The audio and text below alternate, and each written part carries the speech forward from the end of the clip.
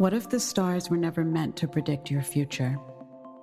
What if they've always been inviting you to understand yourself? This is Remember Who You Are with Lexi Forbes. Let's begin.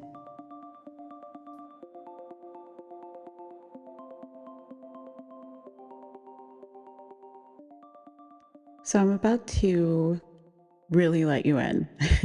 I actually wrote this in my diary, and I thought this is actually a really damn good episode.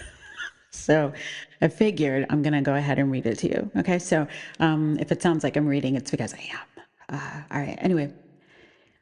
So I wrote that I don't know if I want to become the best version of myself anymore.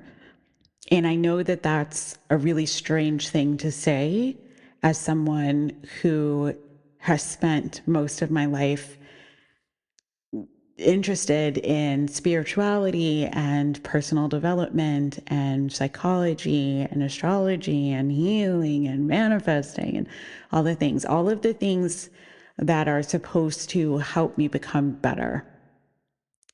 But lately I've been questioning the idea that I need to become anything at all, because there's always another version of myself that I'm told I'm supposed to become. I'm supposed to become more disciplined, be more successful, more confident, more feminine, more magnetic, more healed, more emotionally regulated, be more productive, be more spiritual, be my highest self.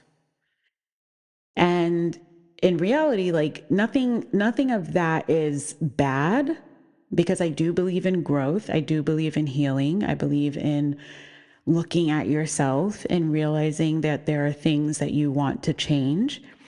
I, absolutely see versions of myself that I've outgrown, that there are patterns and lessons and beliefs that I've had to unlearn, wounds that I've had to heal on my own and work on.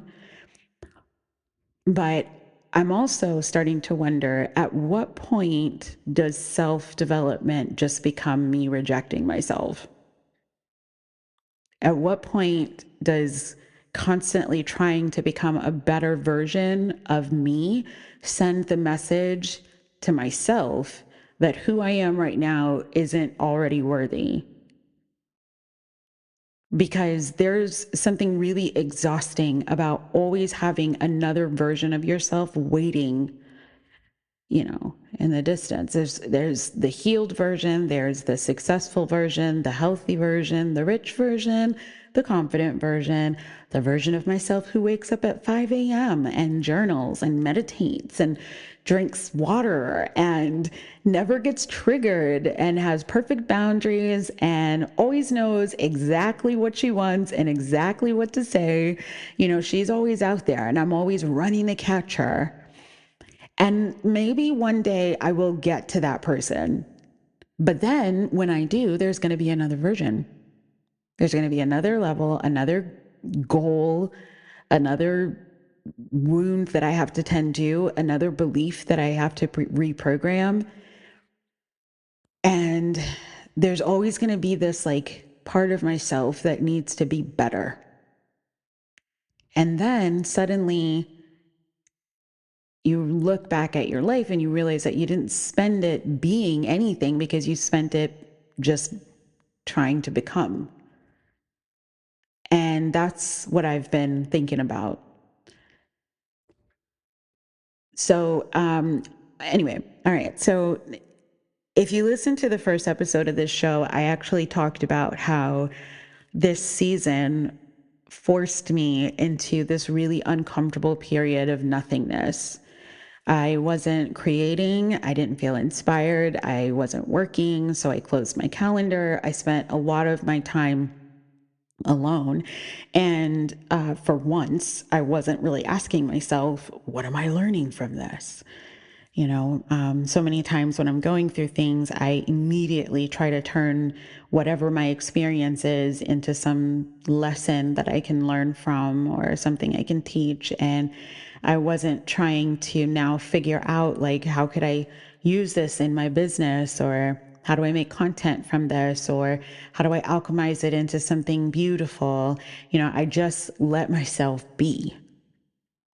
And I think that when I started realizing how much of my life had become a project, that even my healing and my spirituality and even my identity was now something that I was constantly working on, I realized that I was making myself tired because I was working on myself all the time.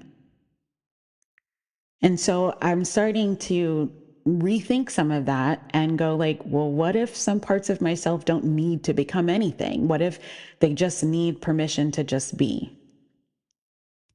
And honestly, that's one of the reasons that astrology, when I first found it, meant so much to me, because it didn't feel like something telling me who I needed to become. Instead, it actually gave me the language for things that I already knew about myself.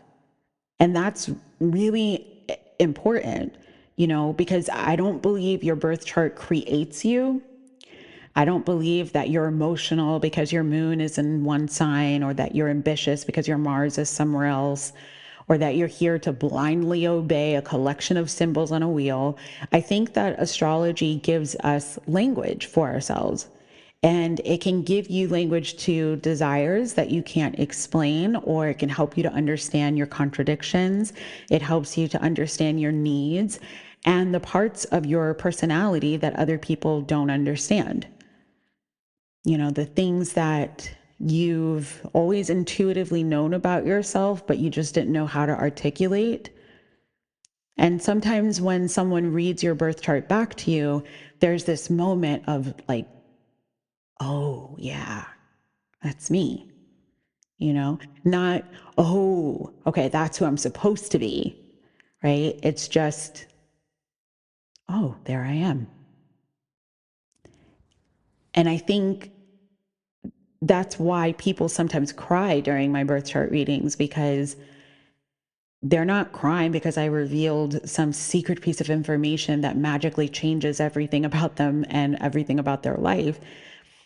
A lot of the time, I'm simply giving them language to something that they've already felt their entire lives. Suddenly there's like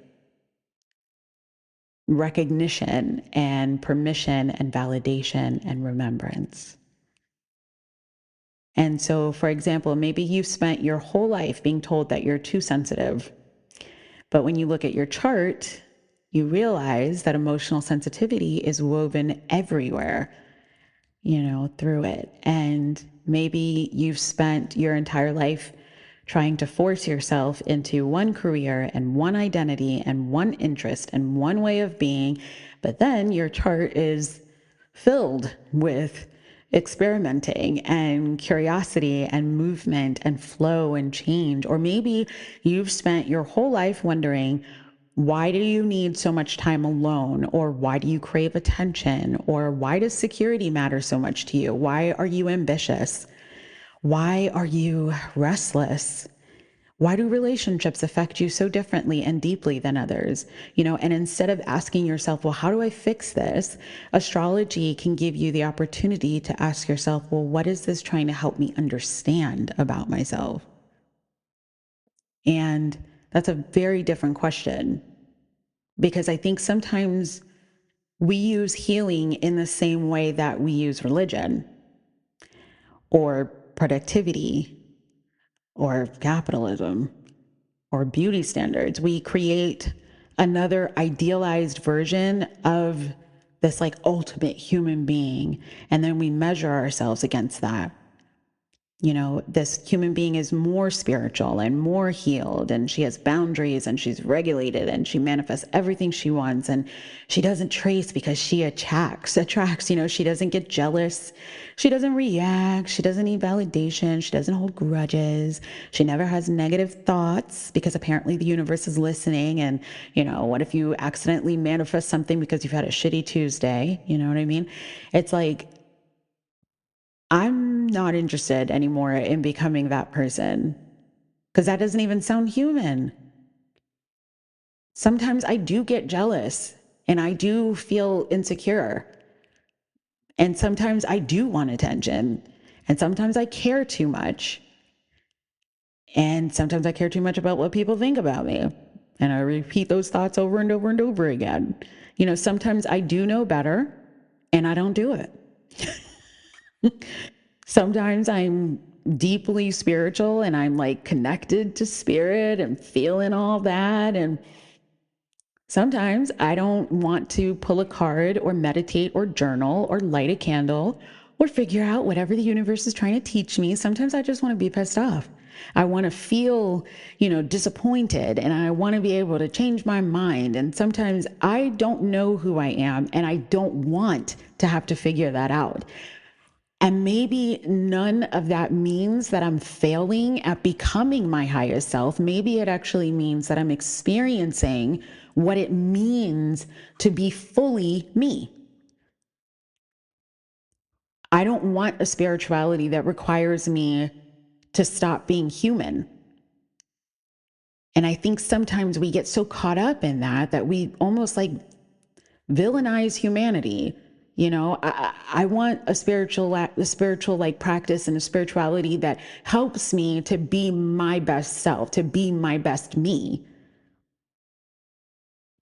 And so I don't want astrology to just become yet another authority that replaces the Bible, replaces religion, replaces societal standards, telling me who I'm supposed to be or who I'm allowed to be.